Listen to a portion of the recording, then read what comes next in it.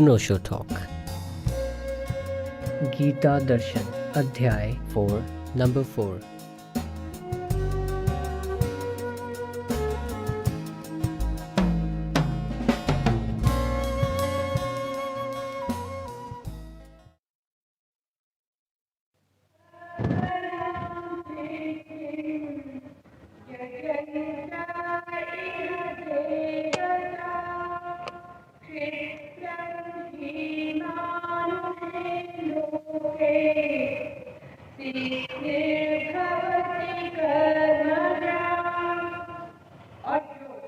मेरे को तरीके से नहीं जानते हैं, वे पुरुष इस मनुष्य लोक में कर्मों के फल को चाहते हुए देवताओं को पूजते हैं और उनके कर्मों से उत्पन्न हुई सिद्धि भी शीघ्र ही होती है।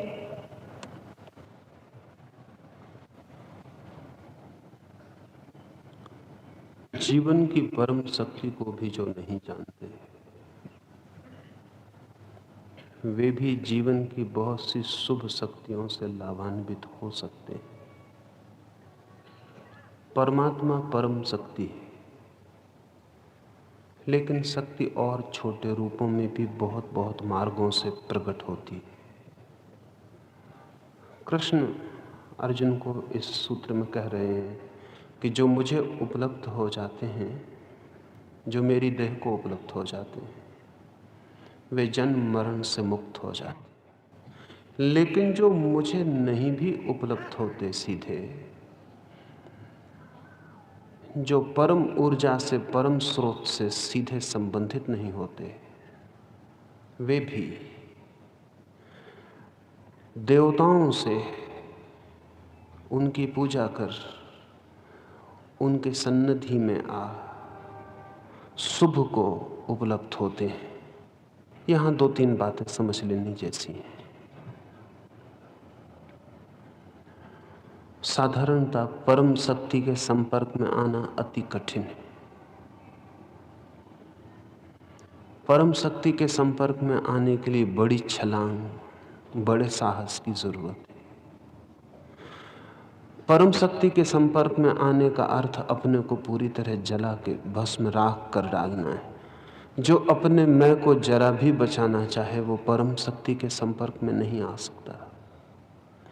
जैसे सूर्य के पास कोई पहुंचना चाहे तो भस्म हो ही जाएगा, ऐसे ही परम शक्ति के पास कोई पहुंचना चाहे तो स्वयं को मिटाए बिना कोई रास्ता नहीं। इसलिए परम साहस है, करेज है। धार्मिक व्यक्ति ठीक अर्थों में अपने को मिटाने के साहस से ही पैदा होता है। इसलिए अधिक धार्मिक लोग इतना साहस तो नहीं कर पाते, लेकिन फिर भी सूर्य के पास कोई न जा पाए तो भी अंधेरे में ही रहे, ऐसा जरूरी नहीं। छोटे मिट्टी के दिए भी जलाए जा सकते, और मिट्टी के छोटे से दिए में जो ज्योति जलती है वो भी महासूर्यों का ही हिस्सा है, लेकिन वो जलाती नहीं, वो मिटाती नहीं। वो आपके हाथ में उपयोग की जा सकती है। देवता परम शक्ति के समक्ष दियों की तरह हैं, छोटे दियों की तरह। देवता उन आत्माओं का नाम है, इसे थोड़ा सा समझ लेना जरूरी होगा, तभी ये बात ठीक से ख्याल में आ सकेगी। जैसे ही कोई व्यक्ति मरता है, इस शरीर को छोड़ता है, साधारणतः 100 में 99 मौके पर तत्काल ही जन्म हो जाता है। कभी कभी यदि व्यक्ति बहुत बुरा रहा हो तो तत्काल जन्म मुश्किल होता है, या व्यक्ति बहुत भला रहा हो तो भी तत्काल जन्म मुश्किल होता है। बहुत भले व्यक्ति के लिए भी गर्भ खोजने में समय लग जाता है, वैसा गर्भ उपलब्ध होना चाहिए बहुत बुरे व्यक्ति को भी। मध्य में जो हैं उन्हें तत्काल गर्भ उपलब्ध हो जाता है। जो बहुत बुरे व्यक्ति हैं उन्हें कुछ समय तक प्रतीक्षा करनी पड़ती, जब तक उनके योग्य उतना बुरा गर्भ उपलब्ध ना हो सके। ऐसी आत्माओं को प्रेत पारिभाषिक शब्द है। ऐसी प्रतीक्षा कर रही आत्माओं का जो नए देह को उपलब्ध नहीं हो पा रही, बहुत बुरी है। इसलिए बहुत भली आत्माएं भी शीघ्र जन्म को उपलब्ध नहीं हो पाती। ऐसी प्रतीक्षा करती आत्माओं का नाम देवता है, वो भी पारिभाषिक शब्द है। जो सीधे परमात्मा से संबंधित नहीं हो पाते, वे भी चाहें तो देवताओं से संबंधित हो सकते हैं। बुरी आत्माएं बुरा करने के लिए आतुर रहती हैं, देह ना हो तो भी। अच्छी आत्माएं अच्छा करने के लिए आतुर रहती हैं, देह ना हो तब भी। इन आत्माओं का साथ मिल सकता है। इसका पूरा अलग ही विज्ञान है कि इन आत्माओं का साथ कैसे मिल सके। लेकिन आमंत्रण से, इन्वोकेशन से, निमंत्रण से इन आत्माओं से संबंधित हुआ जा सकता है। समस्त यज्ञ आदि शुभ आत्माओं से संबंधित स्थापित करने की मनोवैज्ञानिक प्रक्रियाएं थी, जिसे दुनिया में ब्लैक मैजिक कहते हैं। उस तरह की प्रक्रियाएं बुरी आत्माओं से संबंधित स्थापित करने की प्रक्रियाएं थी। कृष्ण कहते हैं जो सीधा मुझको न भी उपलब्ध हो, वो भी देवताओं की पूजा और अर्चना से शुभ कर्मों को करता हुआ शुभ को उपलब्ध हो सकता है। जो परम सत्य को उपलब्ध न भी हो, वो भी शुभ को उपलब्ध हो सकता है। दो कारणों से वो शुभ को उपलब्ध होगा। एक तो जो शुभ की आकांक्षा करता है वो शुभ कर्म करता है। आकांक्षा का सबूत और कुछ भी नहीं है सिवाय कर्मों के। हम जो करते हैं वही गवाही है हमारी आकांक्षाओं की। हमारी डीड, हमारा कर्म ही हमारे प्राणों की प्यास की खबर है। शुभ कर्मों को करता हुआ लेकिन आदमी बहुत कमजोर है, और शुभ कर्म भी आदमी अकेला करना चाहे तो अति कठिन है। वो अपने चारों तरफ व्याप्त जो शुभ की शक्तियां हैं उनका सहारा ले सकता है। और कई बार जब आप कोई बड़ा शुभ कर्म करते हैं तो आप खुद भी अनुभव करते हैं जैसे कोई और बड़ी शक्ति भी आपके साथ खड़ी हो गई। जब आप कोई बहुत बुरा कर्म करते हैं तब भी आपको अनुभव होता है कि जैसे आप अकेले नहीं, कोई और बुरी शक्ति भी आपके साथ संयुक्त हो गई। हत्यारों ने अदालतों में बहुत बार बयान दिए हैं और उनके बयान कभी भी ठीक से नहीं समझे जा सके, क्योंकि अदालतों की समझ की सीमा है। अदालतों में हत्यारों ने सारी पृथ्वी पर अनेक बार ये कहा है कि यह हत्या हमने नहीं की, जैसे हमसे करवा ली गई। लेकिन अदालत तो इस बात को नहीं मानेगी कि झूठ है वक्तव्य। झूठ बहुत मौकों पे हो भी सकता है, बहुत मौकों पे झूठ नहीं है। जो लोग प्रेतात्म विज्ञान पर थोड़ा सा श्रम उठाए हैं उनको इस बात का अनुभव होना शुरू हुआ है कि बुरी आत्माएं दूसरे व्यक्तियों को कमजोर क्षण में प्रभावित कर लेती हैं। ऐसे मकान हैं पृथ्वी पर जिन मकानों में निरंतर हत्या होती रही है पीढ़ियों से, और जब उन मकानों के लंबे इतिहास को खोजा गया है तो जान के बड़ी हैरानी हुई कि हर बार हत्या का क्रम वही रहा है जो पिछली बार हत्या का था।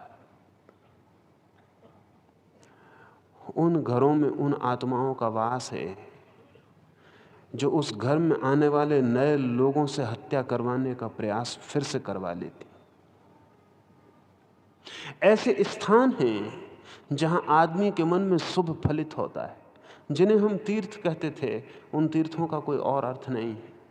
जिन स्थानों पर भली आत्माओं के संघट की संभावना अनेक अनेक रास्तों से निर्मित की गई है, उन स्थानों पर आदमी जाके अचानक भला कर्म कर पाता है जो उसके बस के बाहर दिखाई पड़ता है। हम अकेले नहीं हैं, हमारे चारों ओर और बहुत शक्तियां काम कर रही हैं। जब हम बुरा होना चाहते हैं तो बुरी शक्तियां हमारे साथ खड़ी हो जाती और हमारे हाथों का बल बन जाती, और जब हम अच्छा कुछ करना चाहते हैं तब भी अच्छी शक्तियां हमारे साथ खड़ी हो जाती और हमारे हाथों का बल बन जाती हैं। तो कृष्ण कह रहे हैं अच्छा कर्म करते हुए देवताओं की अर्चना, प्रार्थना, पूजा से जो व्यक्ति सीधा मुझ तक न भी पहुंचे वो भी शुभ को उपलब्ध होता है।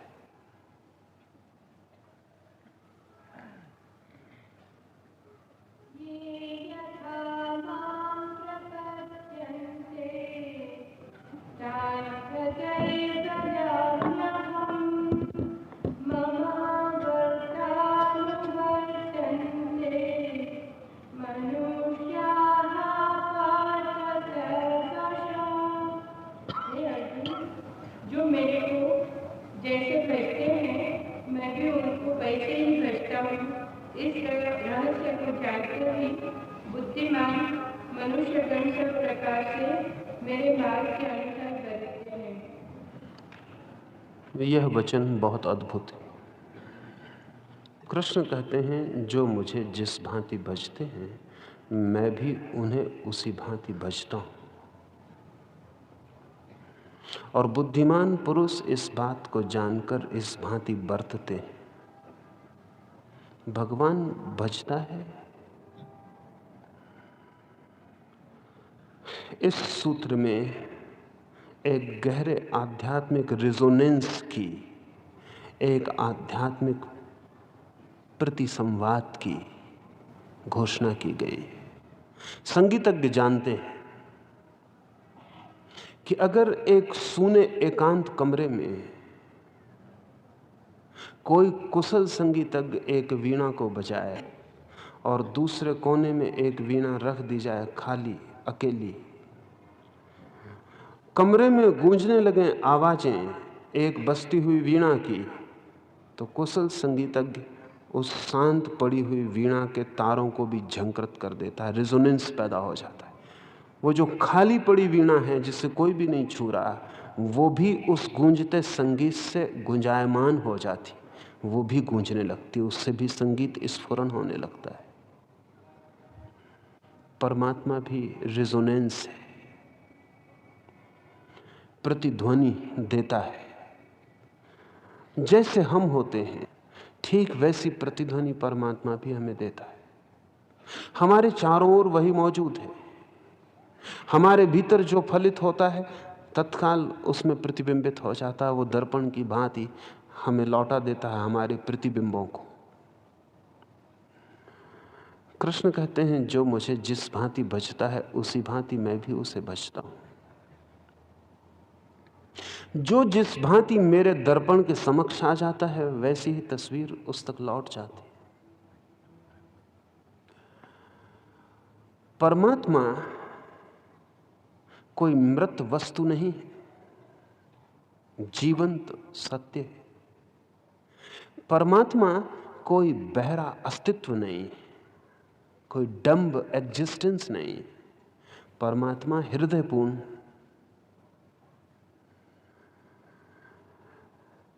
परमात्मा भी प्राणों के स्पंदन से भरा हुआ अस्तित्व है। और जब हमारे प्राणों में कोई प्रार्थना उठती है और हम परमात्मा की तरफ बहना शुरू होते हैं तो आप मत सोचना कि यात्रा एक तरफ से होती है। यात्रा दोहरी। जब आप एक कदम उठाते परमात्मा की तरफ तब परमात्मा भी आपकी तरफ कदम उठाता है। ये हमें साधारणता दिखाई नहीं पड़ता। ये साधारणता हमारे ख्याल में नहीं आता। ये ख्याल में हमारे इसलिए नहीं आता कि हम जीवन की क्षुद्रता में इस भांति उलझे हुए हैं कि उसके गहरे प्रतिध्वनियों को पकड़ने की क्षमता खो देते। हम इतने शोरगुल में डूबे हुए हैं कि वो जो धीमी धीमी आवाजें अस्तित्व हमारे पास पहुंचाता है वो हमें सुनाई नहीं पड़ती। बहुत स्टिल स्मॉल वॉइस, बड़ी छोटी आवाज, बड़ी बारीक महीन आवाज में ध्वनियां हम तक लौटती लेकिन हमें सुनाई नहीं पड़ती। हम इतने उलझे होते हैं। कभी ख्याल किया हो, आप अपने कमरे में बैठे हैं, ख्याल करें तो पता चलता है कि बाहर वृक्ष पर चिड़िया आवाज कर रही। ख्याल ना करें तो वो आवाज करती रहती, आपको कभी पता नहीं चलता। रात के सन्नाटे से गुजर रहे हैं, अपने विचारों में खोए हुए, पता नहीं चलता कि बाहर झिंगुर की आवाज है। होश में आ जाएं, चौंक के जरा रुक जाएं, सुने तो पता चलता है कि विराट सन्नाटा आवाज कर रहा है। ठीक ऐसे ही परमात्मा प्रतिपल हमें प्रतिध्वनित करता है, लेकिन झिंगुर की आवाज से भी सूक्ष्म आवाज, सन्नाटे की आवाज से भी बारीक, पक्षियों की चहचहाहट से भी नाजुक है। बहुत चुप होकर, मौन होकर जो उसे पकड़ेगा वही पकड़ पाता है। गहरे मौन में कृष्ण जो कहते हैं उसका निश्चित ही पता चलता है। यहां उठती है एक ध्वनि, चारों ओर से उसकी प्रतिध्वनि लौट आती है और उसकी हमारे ऊपर वर्षा हो जाती। मैं एक पहाड़ पर था कुछ मित्रों के साथ। उस पहाड़ पर एक जगह थी इको पॉइंट। वहां जाके आवाज करते तो पहाड़ियों की घाटियां 7 बार उस आवाज को लौटा देती। एक मित्र साथ थे, उन्होंने कुत्ते की आवाज में चिल्लाना शुरू किया। पहाड़ चारों तरफ से कुत्ते की आवाज लौटाने लगे। वे खेल में ही कर रहे थे, पर खेल भी तो खेल नहीं। मैंने उनसे पूछा कि तुम्हें और आवाजें करनी भी आती हैं, फिर कुत्ते की आवाज ही क्यों कर रहे हो? उन मित्र ने कोयल की आवाज करनी शुरू की और पहाड़ की घाटियां कोयल की आवाज से गूंजकर हम पे लौटने लगी। मैंने उनसे कहा, पहाड़ वही लौटा देते हैं जो हम उन तक पहुंचाते हैं, 7 गुना वापस कर देते हैं। कृष्ण कहते हैं जो जिस रूप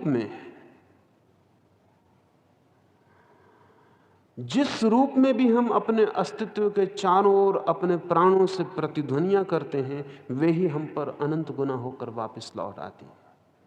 परमात्मा प्रतिपल हमें वही दे देता है जो हम उसे चढ़ाते हैं। हमारे चढ़ाए हुए फूल हमें वापस मिल जाते हैं, हमारे फेंके गए पत्थर भी हमें वापस मिल जाते हैं। हमने गालियां फेंकी तो वही हम पर लौट आती हैं, और हमने भजन की ध्वनियां फेंकी तो वही हम पर बरस जाती हैं।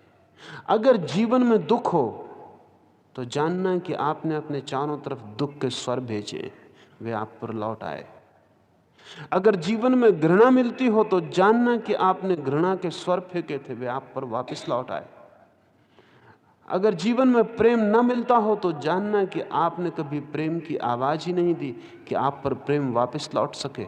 इस जीवन के महानियमों में से एक है, हम जो देते हैं वो हम पर वापस लौट आता है। कृष्ण वही कह रहे हैं। वो कहते हैं जो जिस रूप में मुझे बसता है, जिस रूप में, इस शब्द को ठीक से स्मरण रख लेना,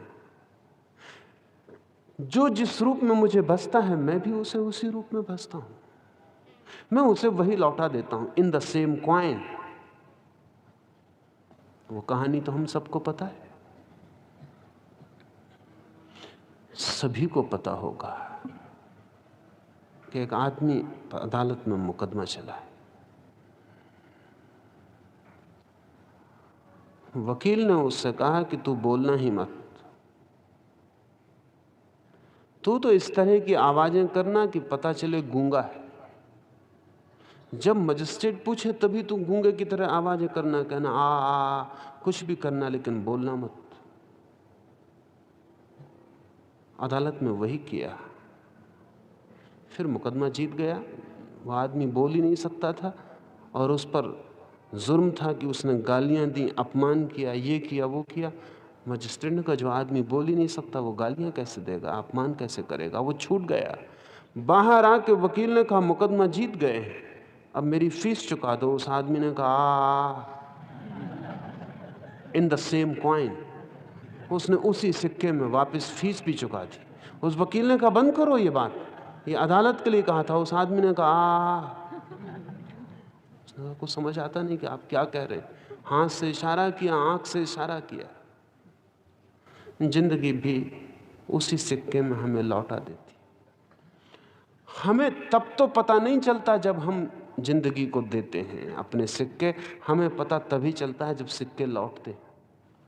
हम जब बीज बोते हैं तब तो पता नहीं चलता, जब फल आते हैं तब पता चलता है। और अगर फल विषाक्त आते हैं, जहरीले, तो हम रोते हैं और कोसते हैं। हमें पता नहीं कि ये फल हमारे बीजों का ही परिणाम। ध्यान रहे जो भी हम पर लौटता है वो हमारा दिया हुआ ही लौटता है। हाँ, लौटने में वक्त लग जाता है, प्रतिध्वनि होने में समय गिर जाता है, उतने समय के फासले से पहचान मुश्किल हो जाती है। इस जगत में किसी भी व्यक्ति के साथ कभी अन्याय नहीं होता। अन्याय नहीं होता, उसी का ये सूत्र है। कृष्ण कहते हैं, जो जिस रूप में मुझे बसता है मैं उसी रूप में उसे बसता हूं। अगर किसी व्यक्ति ने इस जगत को पदार्थ माना तो उसे ये जगत पदार्थ मालूम होने लगेगा, क्योंकि परमात्मा उसी रूप में लौटा देगा। अगर किसी व्यक्ति ने इस जगत को परमात्मा माना तो ये जगत परमात्मा हो जाएगा, क्योंकि ये अस्तित्व उसी रूप में लौटा देगा जो हमने दिया था। हमारा हृदय ही अंततः हम सारे जगत में पढ़ लेते हैं, और हमारे हृदय में छिपे हुए स्वर ही अंततः हमें सारे जगत में सुनाई पड़ने लगते हैं। चांद तारे उसी को लौटाते हैं जो हमारे हृदय के किसी कोने में पैदा हुआ था। लेकिन अपने हृदय में जो नहीं पहचानता, लौटते वक्त बहुत चकित होता है, बहुत हैरान होता है कि ये कहां से आ गया, इतनी घृणा मुझे कहां से आई, इतने लोगों ने मुझे घृणा क्यों की। लौटे, खोजे, और वो पाएगा कि घृणा ही उसने भेजी थी, वही वापस लौट आई। इसका एक अर्थ और ख्याल ले लें, जिस रूप में बचता है, इसका एक अर्थ मैंने कहा। इसका एक अर्थ और ख्याल में ले लें। अगर कोई न भजता हो, किसी भी रूप में न भजता हो परमात्मा को, तो परमात्मा क्या लौटा देता है। अगर कोई भजता ही नहीं परमात्मा को, तो परमात्मा भी ना भजने को ही लौटाता है। अगर कोई व्यक्ति जीवन से किसी भी तरह के संवाद नहीं करता, तो जीवन भी उसके प्रति मौन हो जाता है, जड़ पत्थर की तरह हो जाता है, सब तरफ पथरीला हो जाता है। जिंदगी में जिंदगी आती है हमारे जिंदा होने से, इसलिए जिंदा आदमी के पास पत्थर भी जिंदा होता है, और मरे हुए मुर्दा तरह के आदमी के पास जिंदा आदमी भी मुर्दा हो जाता है। एक कवि के संबंध में मैं सुनता हूं कि वो अगर अपने जूते भी पहनता तो इस भांति जैसे जूते जीवित हों, अगर वो अपने सूटकेस को बंद करता तो इस भांति जैसे सूटकेस में प्राण हो। मैं उसका जीवन पढ़ रहा था। उसके जीवन लिखने वालों ने लिखा है कि हम सब समझते थे वो पागल है, हम सब समझते थे उसका दिमाग खराब है। वो दरवाजा भी खोलता तो इतने आहिस्ते से कि दरवाजे को चोट न लग जाए। वो कपड़े भी बदलता तो इतने प्रेम से कि कपड़ों का भी अपना अस्तित्व है, अपना जीवन है। निश्चित ही पागल था। हम तो व्यक्तियों के साथ भी ऐसा व्यवहार नहीं करते कि वो जीवित है। आपने कभी अपने नौकर को इस तरह देखा कि वो आदमी? नहीं देखते। चारों तरफ जीवन है, उसको भी हम मुर्दे की तरह देखते हैं, लेकिन वो कभी, जिन्हें हम साधारणतः मुर्दा चीजें कहते हैं, उन्हें भी जीवन की तरह देखता है। मित्र समझते कि पागल है, लेकिन अंत में मित्रों ने जब जीवन उसका उठा के देखा तो उन्होंने कहा कि अगर वो पागल था तो भी ठीक था, और अगर हम समझदार हैं तो भी गलत हैं, क्योंकि उसकी जिंदगी में दुख का पता ही नहीं है। पूरी जिंदगी में वो कभी दुखी नहीं हुआ। ये तो बाद में पता चला कि उस आदमी की जिंदगी में दुख की एक भी घटना नहीं है। उस आदमी को कभी किसी ने उदास नहीं देखा, उस आदमी को कभी किसी ने रोते नहीं देखा, उस आदमी की आंखों से आंसू नहीं बहे। पूरी जिंदगी इतने आनंद की जिंदगी कैसे हो सकी? जब उससे किसी ने पूछा तो उसने कहा, मुझे पता नहीं, लेकिन एक बात मैं जानता हूं, मैंने अगर पत्थर को भी छुआ तो इतने प्रेम से कि जैसे वो परमात्मा हो। बस इसके सिवा मेरी जिंदगी का कोई राज नहीं। फिर मुझे सब तरफ से आनंद ही लौटा है।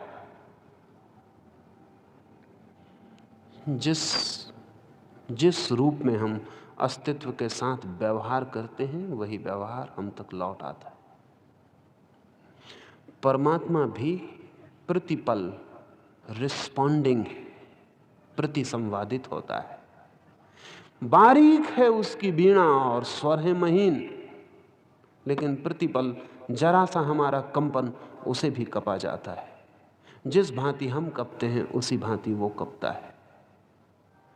अंततः जो हम हैं वही हमारी जिंदगी में हमें उपलब्ध होता है।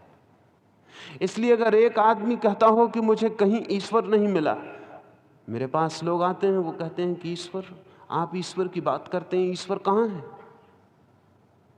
मैं उनकी आंखों में देखता हूं तो मुझे पता लगता है उनकी आंखें पथरीली हैं, उन्हें ईश्वर कहीं भी दिखाई नहीं पड़ता। उसका कारण ये नहीं है कि ईश्वर नहीं है, उसका कारण ये है कि उनके पास पत्थर की आंखें, पत्थर की आंखों में ईश्वर दिखाई पड़ना मुश्किल है।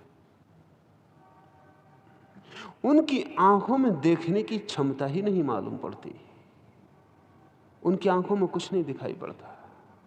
हाँ, उनकी आंखों में कुछ चीजें दिखाई पड़ती हैं, वो उन्हें मिल जाती हैं। धन दिखाई पड़ता है, उन्हें मिल जाता है। यश दिखाई पड़ता है, उन्हें मिल जाता है। जो दिखाई पड़ता है वो मिल जाता है, जो नहीं दिखाई पड़ता वो कैसे मिलेगा? हम जितना परमात्मा को उघाड़ना चाहें उतना उघाड़ सकते हैं, लेकिन परमात्मा को उघाड़ने के पहले उतना ही हमें स्वयं भी उघड़ना पड़ेगा। प्रार्थना, कृष्ण कहते हैं भजन, भजना, ये अपनी तरफ से परमात्मा के लिए पुकार भेजना है। और जब भी कोई हृदय पूर्वक प्रार्थना से भर जाता है तो आम तौर से हमें पता नहीं कि प्रार्थना का असली क्षण वो नहीं है जब आप प्रार्थना करते हैं। प्रार्थना का असली क्षण तब शुरू होता है जब आपकी प्रार्थना पूरी हो जाती और आप प्रतीक्षा करते हैं। प्रार्थना के दो हिस्से हैं, ध्यान रखें। एक ही हिस्सा प्रचलित है, दूसरे का हमें पता ही नहीं रहा, और दूसरे का जिसे पता नहीं हो उसे प्रार्थना का ही पता नहीं। आपने प्रार्थना की वो तो एक तरफा बात हुई। प्रार्थना के बाद अब मंदिर से भाग मत जाएं, अब प्रार्थना के बाद मस्जिद को छोड़ मत दें, अब प्रार्थना के बाद गिरजे से निकल मत जाएं एकदम दुकान की तरफ। अगर 5 क्षण प्रार्थना की है तो 10 क्षण रुक के प्रतीक्षा भी करें, उस प्रार्थना को लौटने दें, वो प्रार्थना आप तक लौटेगी। और अगर नहीं लौटती तो समझना कि आपको प्रार्थना करने का ही कुछ पता नहीं, आपने प्रार्थना की ही नहीं। लेकिन आदमी प्रार्थना किया और भागा, वो प्रतीक्षा तो करता ही नहीं कि परमात्मा को पुकारा था तो उसे पुकार का जवाब भी तो दे देने दो। जवाब निरंतर उपलब्ध होते हैं, कभी भी कोई प्रश्न खाली नहीं गया और कभी कोई पुकार खाली नहीं गई, लेकिन की गई हो तब। अगर सिर्फ शब्द दोहराए गए हों, अगर सिर्फ कंठस्थ शब्दों को दोहरा के कोई क्रिया पूरी की गई हो और आदमी वापस लौट गया हो, तो फिर नहीं हो सकता। आज ही कोई मुझे कह रहा था कि आपके ये सन्यासी सड़कों पर नाचते गाते निकल रहे हैं, इससे फायदा क्या है?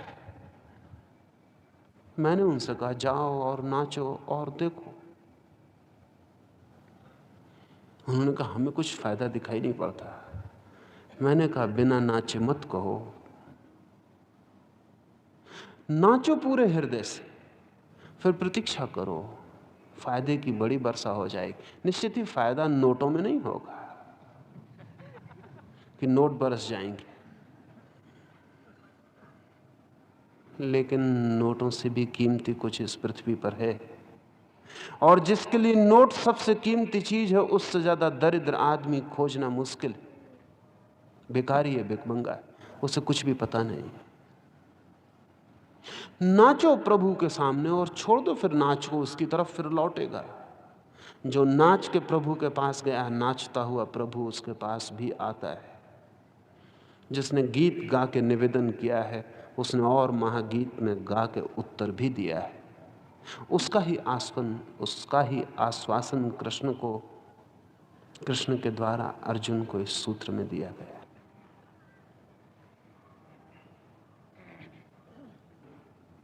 पिछली चर्चाओं के संबंध में 2 चीजें स्पष्ट करनी है। दूसरे श्लोक के हिंदी अनुवाद में लिखा गया है कि बहुत काल से इस पृथ्वी पर योग लोकप्राय हो गया है, किंतु संस्कृत श्लोक में योगो नष्टः ऐसा कहा गया है।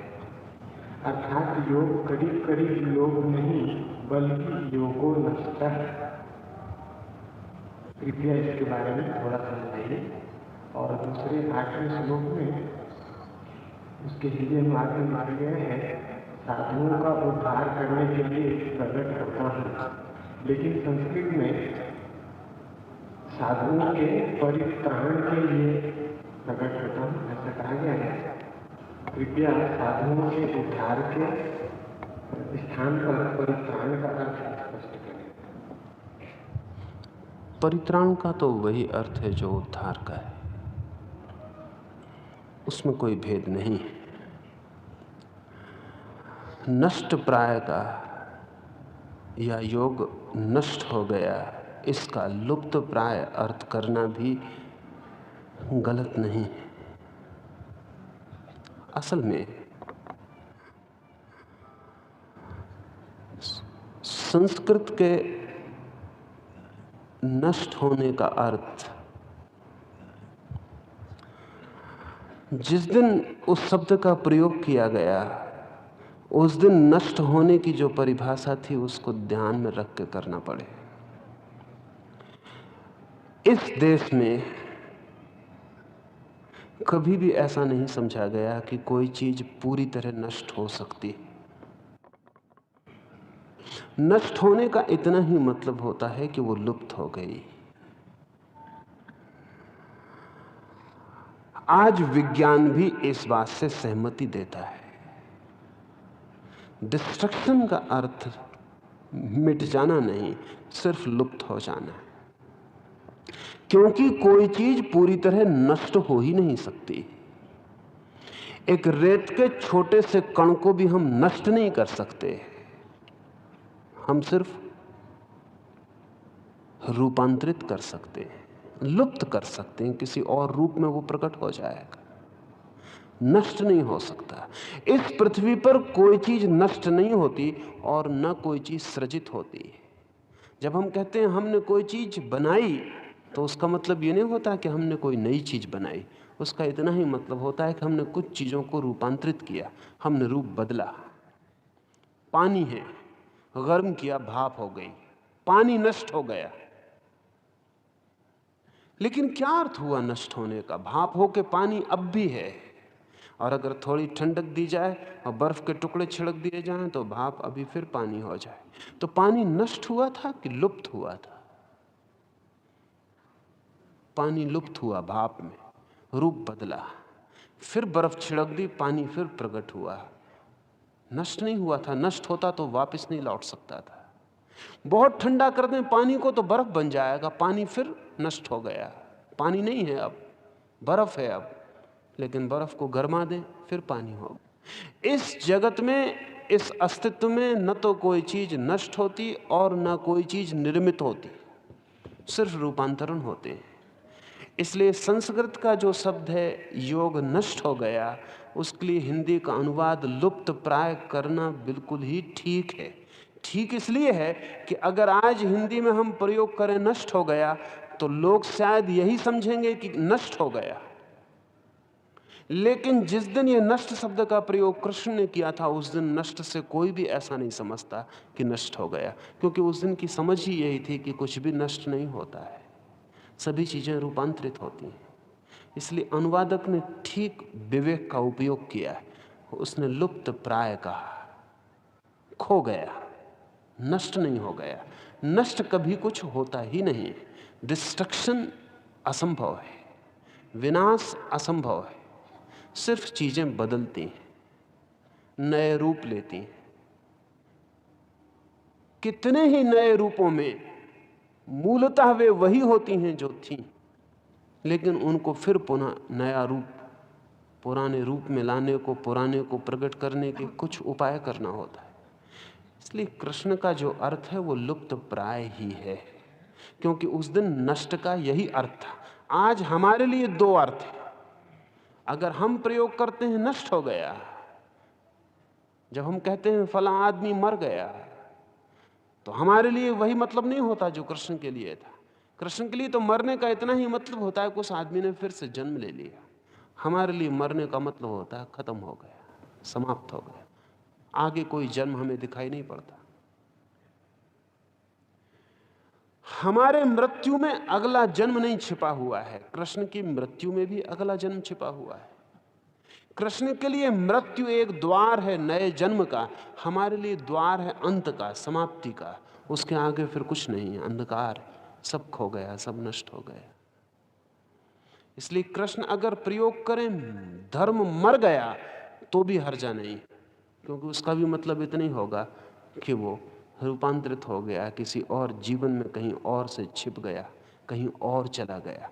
लेकिन हम अगर कहें कि धर्म मर गया तो हमारे लिए मतलब हो गया समाप्त हो गया, डेड एंड आ गया, अंत नहीं आता। कृष्ण की भाषा में कोई शब्द अंतवाची नहीं है, सभी शब्द नए आरंभ के सूचक है। मृत्यु नया जन्म है, नष्ट होना नए रूप में खो जाना है। इसलिए नष्ट का अर्थ लुप्त ही है, और परित्राणाय का अर्थ भी उद्धार के लिए ही है, परित्राण के लिए ही। उसमें कुछ भूल नहीं हो गई, अनुवाद में कोई भूल नहीं है।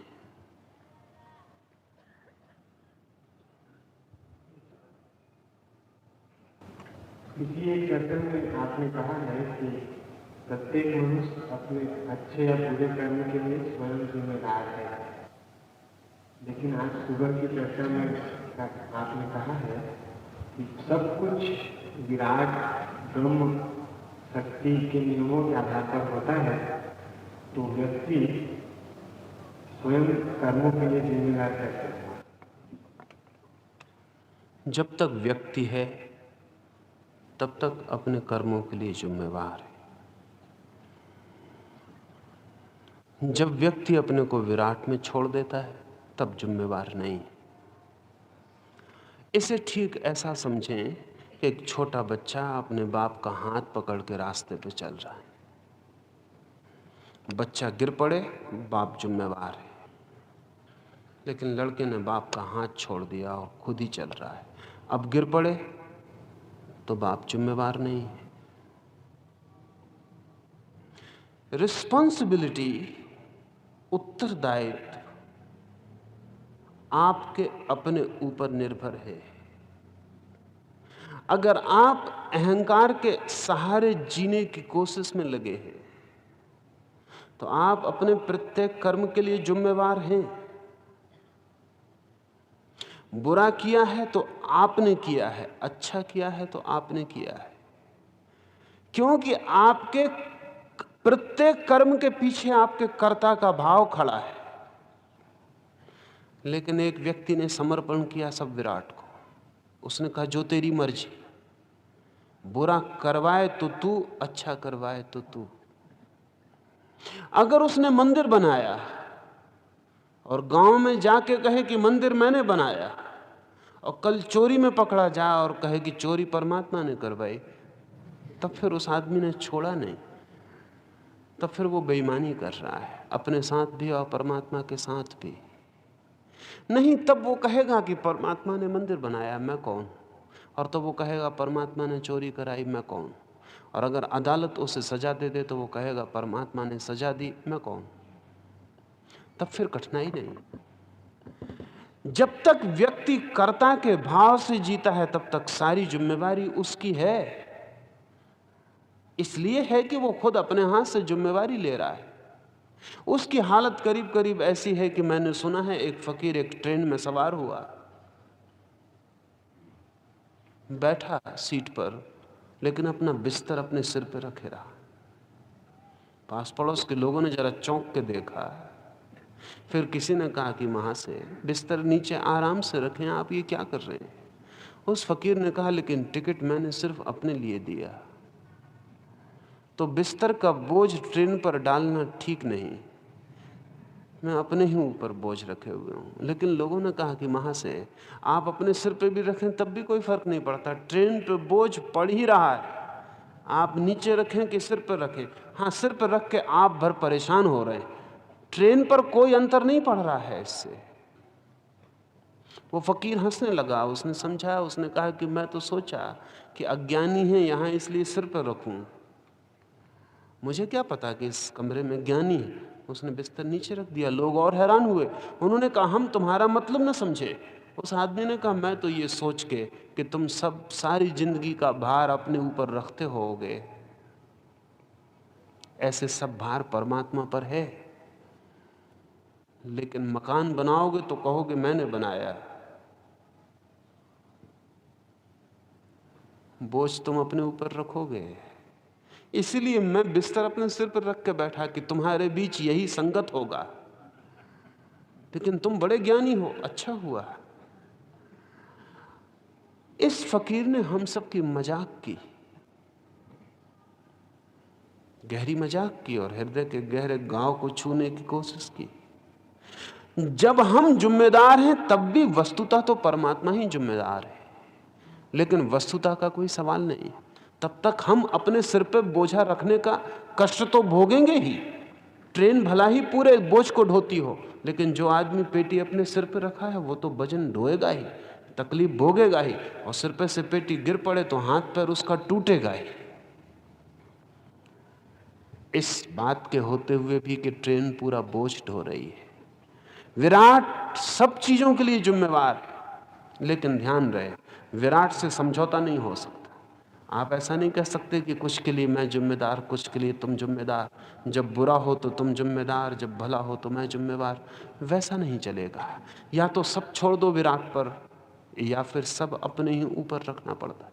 अहंकारी सब अपने ऊपर रखकर चलता है, अधार्मिक सब अपने ऊपर रखकर चलता है, धार्मिक सब उस पर छोड़ देता है। लेकिन सब टोटल, इसमें रत्ती भर बचाया नहीं जा सकता। तो दोनों ही बातें दो तलों पर सही है। जहां तक आम आदमी का संबंध है, वो हर चीज के लिए खुद ही जिम्मेवार होता और इसलिए जिम्मेवारी का दुख भोगता है। जिम्मेदारी में दुख है, पीड़ा है, संताप है। जो जानता है वो सब छोड़ देता है प्रभु पर, फिर वो दुख नहीं भोगता, फिर वो स्वतंत्रता का सुख भोगता है। फिर वो सब दायित्वों से मुक्त होकर फूल की तरह हल्का फुल्का हो जाता है। फिर वो पक्षियों की तरह गीत गा सकता है और नदियों के झरनों की तरह दौड़ सकता है और नाच सकता है। फिर उसकी जिंदगी किसी भी बोझ से दबी हुई नहीं है। और ध्यान रहे, बड़े मजे की बात है ये कि जो व्यक्ति जितना परमात्मा पे छोड़ देता है उतना ही बुरा कर्म मुश्किल हो जाता है, क्योंकि बुरे कर्म के लिए अहंकार का होना जरूरी है। जो व्यक्ति जितना परमात्मा पे छोड़ देता है उतना ही बुरा कर्म मुश्किल हो जाता है। जो पूरा परमात्मा पे छोड़ देता है उससे बुरा कर्म हो ही नहीं सकता, क्योंकि बुरे कर्म के लिए अहंकार अनिवार्य शर्त है। और जो व्यक्ति जितने अहंकार से भरा होता है उससे शुभ कर्म हो नहीं सकता, क्योंकि अहंकार शुभ कर्म के लिए अनिवार्य बाधा है। इसलिए खुद पर जुम्मा लिया हुआ आदमी पाप की गठरी को सिर पर बढ़ाता ही चला जाता है। असल में गठरी सिर्फ पाप की होती है, पुण्य की गठरी ऐसा शब्द आपने सुना नहीं होगा। पुण्य की कोई गठरी होती नहीं। पुण्य आया कि गठरी वगैरह से मुक्ति हो जाती, सिर खाली हो जाता है। पाप की ही गठरी होती है, उसका ही बोझ और बर्डन होता है। पुण्य का कोई बोझ नहीं होता। जो व्यक्ति सब परमात्मा पे छोड़ देता है वो हवा पानी की तरह सरल हो जाता है। फिर जो होता है होता है, उसके लिए फिर कोई कठिनाई नहीं, कोई बोझ नहीं, कोई दायित्व नहीं, कोई पुण्य नहीं, कोई पाप नहीं, क्योंकि कोई कर्म नहीं। कृष्ण पूरे वक्त अर्जुन को यही समझा रहे हैं। अर्जुन पक्के बोझ से दबा हुआ है, बहुत रिस्पॉन्सिबल आदमी मालूम होता, बहुत दायित्वपूर्ण है। वो कहता है ये मर जाएंगे, वो मर जाएंगे, जैसे वो बचाएगा तो वो बच जाएंगे, जैसे वो न मारेगा तो वो नहीं मरेंगे। वो कुछ ऐसा अनुभव कर रहा है कि जैसे वो कोई सारे अस्तित्व का सेंटर है, सब कुछ उसके ऊपर निर्भर है। वो जमाने की बातें कर रहा है कृष्ण से कि इससे तो कुल का नाश हो जाएगा, इससे तो संतति विकृत हो जाएगी, इससे तो भविष्य में सब अंधकार हो जाएगा, विधवाएं विधवाएं हो जाएंगी, पापाचरण बढ़ेगा, वो सब बता रहा है। उसके कारण अगर वो युद्ध करेगा, अगर वो युद्ध से हट जाएगा तो सब ठीक होगा। तो अब तो अर्जुन कहीं भी नहीं है, लेकिन सब कहीं भी ठीक दिखाई नहीं पड़ता। अर्जुन का भ्रम यही है कि वो सोच रहा है सारा जुम्मा मेरा है, मैं हूं सारी चीजों के बीच में। कृष्ण पूरे समय एक ही बात समझा रहे हैं कि तू अपने को सेंटर न मान, तू अपने को केंद्र न मान, तू व्यर्थ के उलझन में मत पड़। जो करवा रहा है, जो कर रहा है, उस पर तू छोड़ दे। उसे मारना है तो मारेगा, तेरे बहाने से, किसी और के बहाने से, किसी भी कंधे पर तीर रख जाएगा और वो मर जाएंगे। तू फिक्र ना कर, तू सिर्फ उसके हाथ में निमित्त मात्र हो जा। लेकिन उसकी समझ में नहीं आ रहा, वो करता है, जो करता है वो निमित्त मात्र कैसे हो जाए। जिसे ख्याल है मैं करने वाला हूं, वो किसी के हाथ का माध्यम कैसे बन जाए। वो कबीर की तरह अर्जुन नहीं हो सकता। कबीर कहते हैं कि ये बांसुरी मैं बजा रहा हूं, इसमें मैं बांसुरी हूं, बांस की पोंगरी, स्वर मेरे नहीं है, स्वर उसके हैं, परमात्मा के। इसलिए अगर गीत के लिए कोई धन्यवाद देना हो तो उसी को दे देना, मेरा कोई हाथ नहीं, मैं तो सिर्फ बांस की पोंगरी हूं जिसमें से स्वर उसके बहते हैं। कृष्ण पूरी गीता में अर्जुन को कह रहे हैं, तू बांस की पोंगरी हो जा, स्वर उसके बहने दे। तू ये मत सोच कि तू गा रहा है, तू बीच में मत आ, तू हट जा, तू निमित्त हो जा। वही उसकी समझ में नहीं आ रहा है। जब ये दो बातें मैं कहता हूं कि व्यक्ति जिम्मेवार है अपने प्रत्येक कर्म के लिए, तो मेरा मतलब है जब तक आपका अहंकार है, जब तक व्यक्ति है, तब तक आपको जिम्मेवार होना पड़ेगा। व्यर्थ ही आप जिम्मेवार हैं। ट्रेन में चढ़े हैं, गठरी सिर पर रखे हैं, कोई ट्रेन की जिम्मेवारी नहीं है, आप व्यर्थ परेशान हो रहे हैं। लेकिन जैसे ही व्यक्ति ने अपने को छोड़ा, समर्पित किया, वैसे ही व्यक्ति जिम्मेदार नहीं, विराट ही। और विराट की कोई जिम्मेदारी नहीं, क्योंकि विराट किसके प्रति रिस्पॉन्सिबल होगा, किसके प्रति जिम्मेदार होगा? किसी के प्रति नहीं। व्यक्ति को जिम्मेदार होना पड़ेगा, विराट को जिम्मेदारी का कोई सवाल नहीं। इनमें कोई विरोध नहीं है। ये दो तलों पर चीजों को देखना है। दो तल हैं, एक अज्ञानी का तल है, अज्ञानी के तल पर समझना पड़ेगा। एक ज्ञानी का तल है, ज्ञानी के तल पर भी समझना पड़ेगा। और बहुत बार बड़ी उलझन होती है कि अज्ञानी होता तो अज्ञानी के तल पर है और ज्ञानी के तल की बातें करने लगता है, तब बड़ी कठिनाई खड़ी हो जाती है। ऐसा रोज होता है, हमारे देश में तो जरूर हुआ है, क्योंकि इस देश में ज्ञान की इतनी बातें थीं कि अज्ञानी भी उनको करना सीख गए। वो भी ज्ञान की बातें करते, रहते अज्ञानी की तरह, जीते अज्ञानी की तरह, बोझ अज्ञानी का लिए रहते, वक्त पर मौके पर ज्ञानी की तरह बातें करने लगते। मेरे पड़ोस में एक आदमी मर गया, मैं उनके घर गया, पास पड़ोस के लोग इकट्ठे थे, सब समझा रहे थे कि आत्मा तो अमर है। मैंने सोचा इस मोहल्ले में इतने ज्ञानी कहते हैं आत्मा अमर है, रोने की क्या जरूरत है, क्यों दुख मना रहे हैं? कोई मरता तो है नहीं, शरीर ही मरता है। मैंने उनके चेहरे गौर से देख लिए कि कभी जरूरत पड़े सलाह मशवरे की तो उनके पास चला जाऊंगा। फिर एक दिन पता लगा कि जो सज्जन अगुआ होकर समझाते थे आत्मा अमर, उनके घर कोई मर गया। तो मैं भागा हुआ पहुंचा, देखा तो वो रो रहे। मैं बहुत हैरान हुआ। फिर मैंने कहा थोड़ा चुप्पी साध कर बैठूं, लेकिन हैरानी और बढ़ी, जिनके घर वो समझाने गए थे वो लोग समझाने आए हुए थे और कह रहे थे आत्मा अमर है, काहे के लिए रो रहे हैं? अब ये दो तल की बातें, जो आत्मा को अमर जानते हैं उनकी दुनिया बहुत अलग है, लेकिन बात उनकी चुरा ली गई। और जो आत्मा को मरने वाला मानते हैं, जानते हैं भली बात की मरेगी, मरे या ना मरे, उनका जानना यही है कि मरेगी। उनके पास ये चोरी की बात है। इस बात का वहां बड़ा मुश्किल उपद्रव खड़ा हो जाता है। ज्ञान की चर्चा लोग सुनते हैं। तो एक सन्यासी के आश्रम में कुछ दिन मेहमान था, तो वहां वो रोज समझाते थे कि आत्मा शुद्ध बुद्ध है, वो कभी कभी अशुद्ध होती ही नहीं। उनके सामने में लोगों को बैठे देखता था, वो कहते जी महाराज बिल्कुल ठीक कह रहे। मैंने उन लोगों से पूछा अकेले में कि तुम कहते हो जी बिल्कुल ठीक कह रहे हो, बोले कि बिल्कुल ठीक बात है, आत्मा बिल्कुल शुद्ध है। लेकिन वे जो लोग उनके सामने पगड़ियां बांध के और कहते थे आत्मा बिल्कुल शुद्ध है, वो सब तरह के चोर, सब तरह के ब्लैक मार्केट, सब तरह के उपद्रवों में सम्मिलित थे।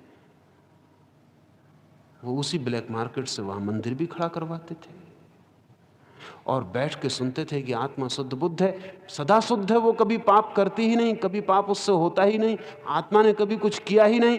उनके मन को बड़ी राहत और कंसोलेशन मिलता होगा कि अपन ने ब्लैक मार्केट नहीं किया, अपन कोई चोरी नहीं की, आत्मा शुद्ध बुद्ध है। बड़े प्रसन्न घर लौटे। वो प्रसन्न घर लौट रहे हैं, वो यहां सुनने सिर्फ यही आ रहे हैं कि आत्मा शुद्ध है, अर्थात अशुद्ध तो हो ही नहीं सकती। अब कितनी ही अशुद्धि करो, अशुद्ध होने का कोई डर नहीं है। ये ज्ञान की बात और अज्ञान की दुनिया में जाके बड़ा उपद्रव खड़ा करती। भारत के नैतिक पतन का कारण ये है, यहाँ दो तल की बातें हैं। एक तल पर बहुत ऊंचा ज्ञान था और दूसरे तल पर हमारा आदमी बहुत नीचे है। उस ऊंचे तल की बातें उसके कानों में पड़ गई, वो वक्त बेवक्त उनका उपयोग करता रहता है। वो कहता है सब संसार माया है, इधर कहता चला जाता है सब संसार माया है, और जिस जिस चीज को माया कहता है उसके पीछे जी जान लगा के दौड़ा भी चला जाता है। ये दो, इसलिए मैंने जो बात कही वो दो तल पर ही समझ लेनी उचित है। जब तक आपको पता है कि आप हो, तब तक समझना कि सब जिम्मेवारी आपकी है। तब तक ऐसा मत करना कि आप भी बने रहो और जिम्मेवारी परमात्मा पे छोड़ दो, ऐसा नहीं चलेगा। अगर जिम्मेदारी परमात्मा पे छोड़नी हो तो आपको भी अपने को परमात्मा के चरणों में छोड़ देना पड़ेगा, वो अनिवार्य शर्त है। और जब तक आप अपने मैं को न छोड़ पाओ उसके द्वार पर, तब तक सारी जिम्मेदारी का बोझ अपने सिर पर रखना, वो ईमानदारी है, सिंसियरिटी है। ठीक है, फिर पाप किया है, पुण्य किया है, मैं जिम्मेवार हूं, क्योंकि जो भी किया है वो मैंने किया है। और अगर ऐसा लगे कि नहीं सब जिम्मेदारी विराट की है, तो फिर इस मैं को उसके चरणों में रखाना। जिस दिन मैं को उसके चरणों में रख दो और जिस दिन ये हिम्मत आ जाए कहने की कि मैंने कुछ भी नहीं किया, सब उसने कराया है, वही है, मैं नहीं हूं, उसका ही फैला हुआ हाथ हूं, फिर उस दिन से आपकी कोई जिम्मेवारी नहीं। लेकिन बड़े मजे की बात है कि उस दिन से आपके जीवन से बुरा एकदम विलीन हो जाए, क्योंकि बुरा घटित नहीं हो सकता बिना अहंकार के।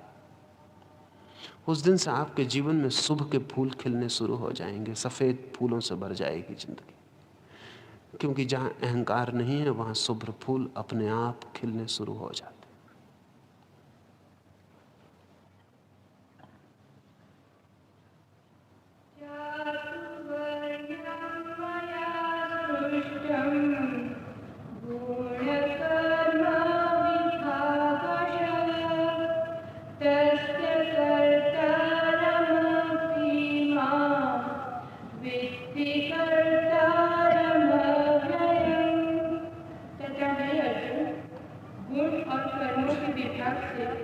ब्राह्मण, क्षत्रिय, वैश्य और शूद्र मेरे द्वारा रचे गए हैं।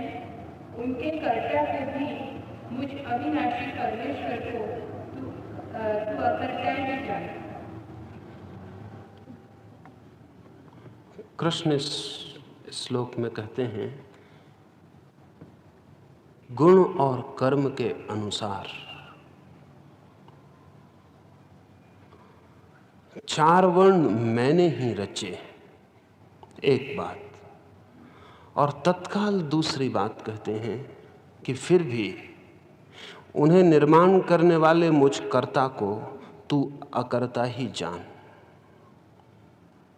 बहुत मिस्टीरियस, बहुत रहस्यपूर्ण वक्तव्य। तो पहले हिस्से को पहले समझ लें, फिर दूसरे हिस्से को समझें। वर्ण की बात ही असामयिक हो गई है। कृष्ण के सूत्र को पढ़ के न मालूम कितने लोग बेचैनी अनुभव करते हैं। परमात्मा ने रचे हैं वर्ण,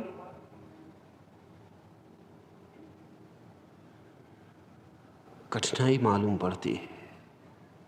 क्योंकि वर्णों के नाम पर इतनी बेहूदगी हुई है और वर्णों के नाम पर इतना अनाचार हुआ है और वर्णों की ओट और आड़ में इतना सड़ापन पैदा हुआ, इतनी सड़ान पैदा हुई है कि भारत का पूरा हृदय ही कैंसर से ग्रस्त अगर हुआ तो वो वर्णों के सहारे हुआ है।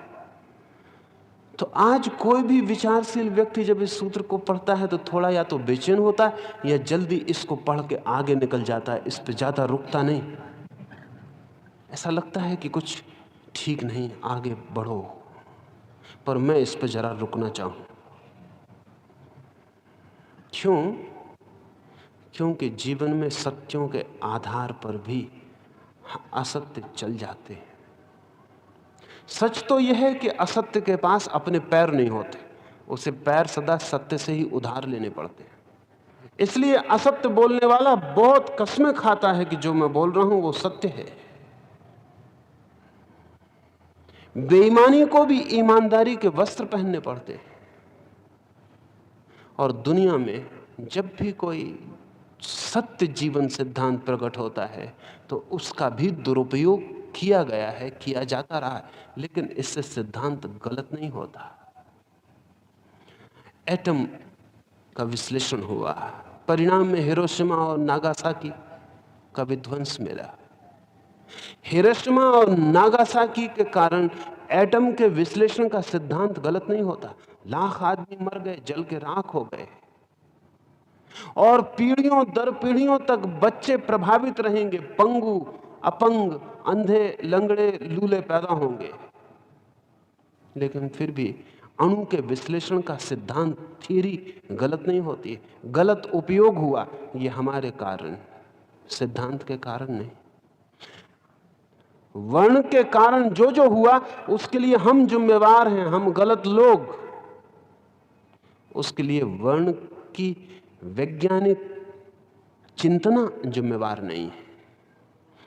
कृष्ण जब कहते हैं तो वे दो शब्दों का उपयोग कहते हैं। वे कहते हैं गुण और कर्म के अनुसार मैंने 4 वर्ण बनाए।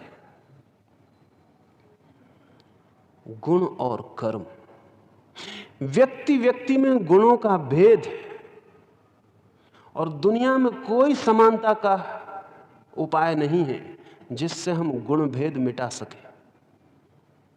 हम कितने ही बड़ी कम्युनिस्टिक सोसाइटी को पैदा कर लें, कितना ही साम्यवादी समाज निर्मित कर लें, गुण भेद नहीं मिटा पाएंगे। धन को बराबर बांट दें, कपड़े एक से पहना दें, मकान एक से बना दें, गुण भिन्न नहीं होंगे, गुण में अंतर नहीं मिटाया जा सकेगा, कोई उपाय नहीं है। गुण व्यक्ति की आत्मा का हिस्सा है, वह समाज व्यवस्था का हिस्सा नहीं है गुण।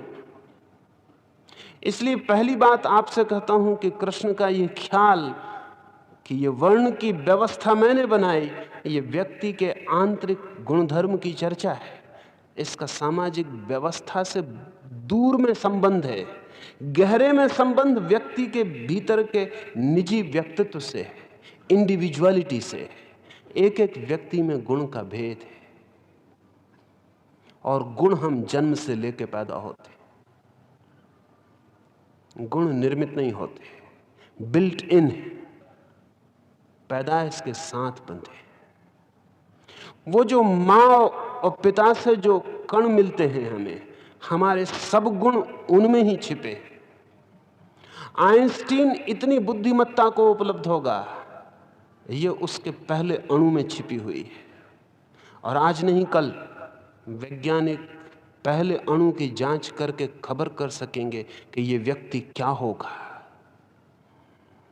वैज्ञानिक तो यहां तक पहुंच गए हैं कि उनका ख्याल है जैसे आज बाजार में फलों की और फूलों की दुकान पर फूलों के बीजों के पैकेट मिलते हैं और अंदर बीज होते हैं और ऊपर फूल की तस्वीर होती है कि इन बीजों को अगर बो दिया तो ऐसे फूल पैदा हो जाएंगे।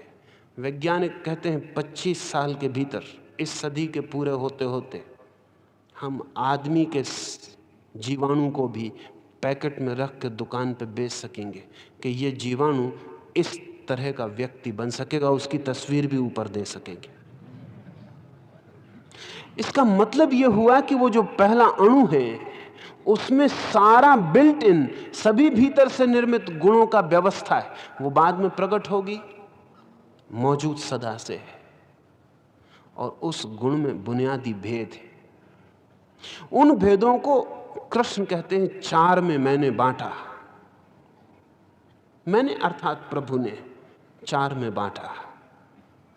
प्रकृति ने, परमात्मा ने, जो भी नाम हम पसंद करें, 4 मोटे विभाजन किए और 4 मोटे विभाजन हैं। ये बहुत संयोग की बात नहीं है कि दुनिया में जब भी जिन लोगों ने मनुष्यों के टाइप का विभाजन किया तो विभाजन हमेशा 4 में किया, चाहे कहीं भी किया हो।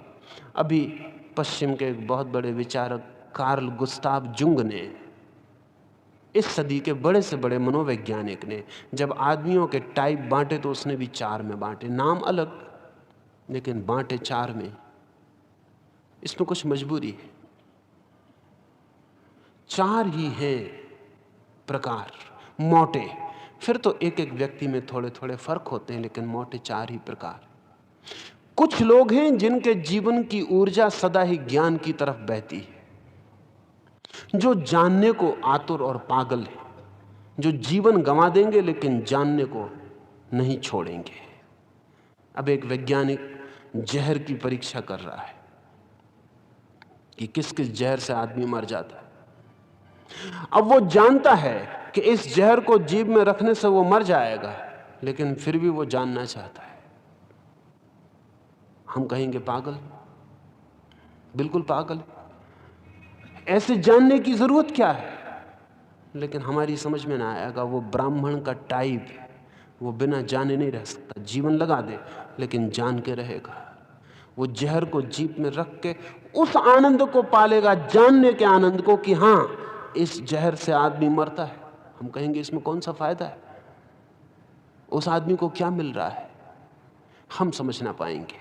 सिर्फ अगर हमारे भीतर कोई ब्राह्मण होगा तो समझ पाएगा, अन्यथा हम ना समझ पाएंगे। आइंस्टीन को क्या मिल रहा है? सुबह से सांझ तक लगा है प्रयोगशाला में, क्या मिल रहा है?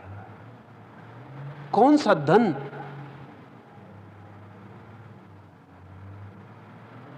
ये सुबह से सांझ तक पागल की तरह ज्ञान की खोज में किस लिए लगा है?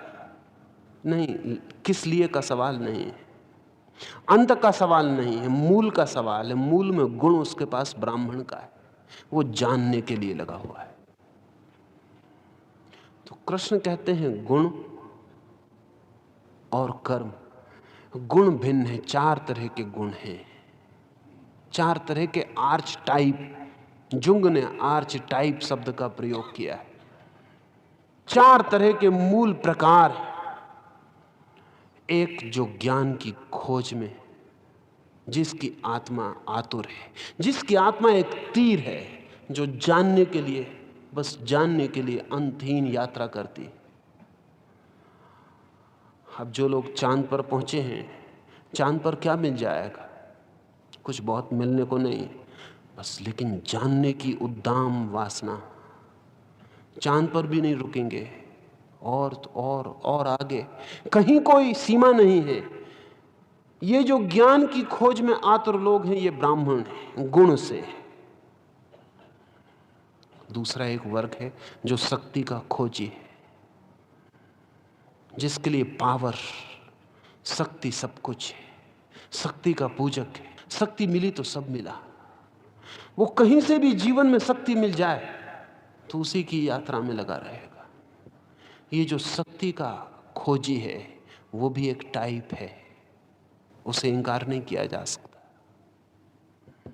क्षत्रिय उस गुण का व्यक्ति है, अर्जुन इसी गुण का व्यक्ति है। कृष्ण ने इसी सिलसिले में ये बात भी कही है।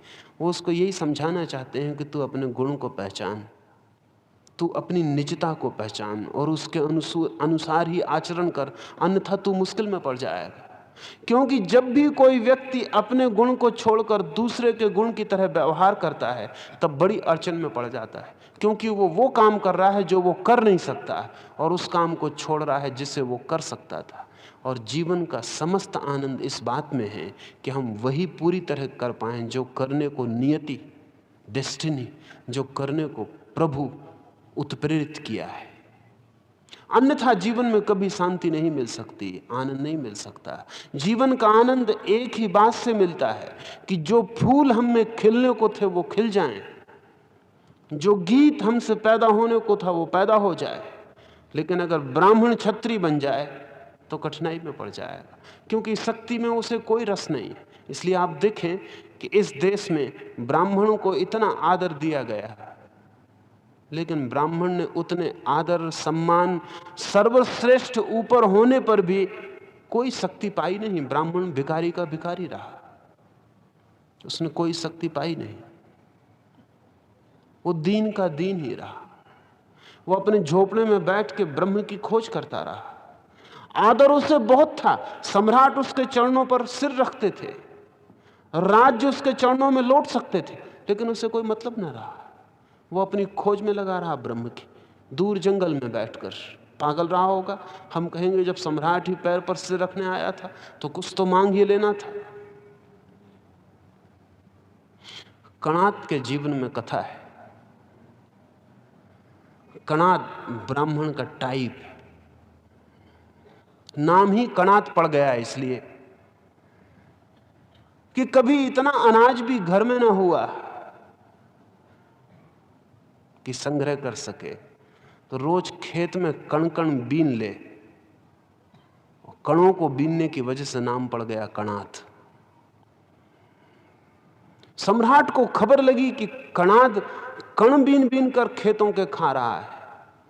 सम्राट ने आज्ञा दी कि भरो रथों को धन धान्य से, चलो कणाद के रास्ते की। बहुत धन धान्य को लेकर सम्राट पहुंचा।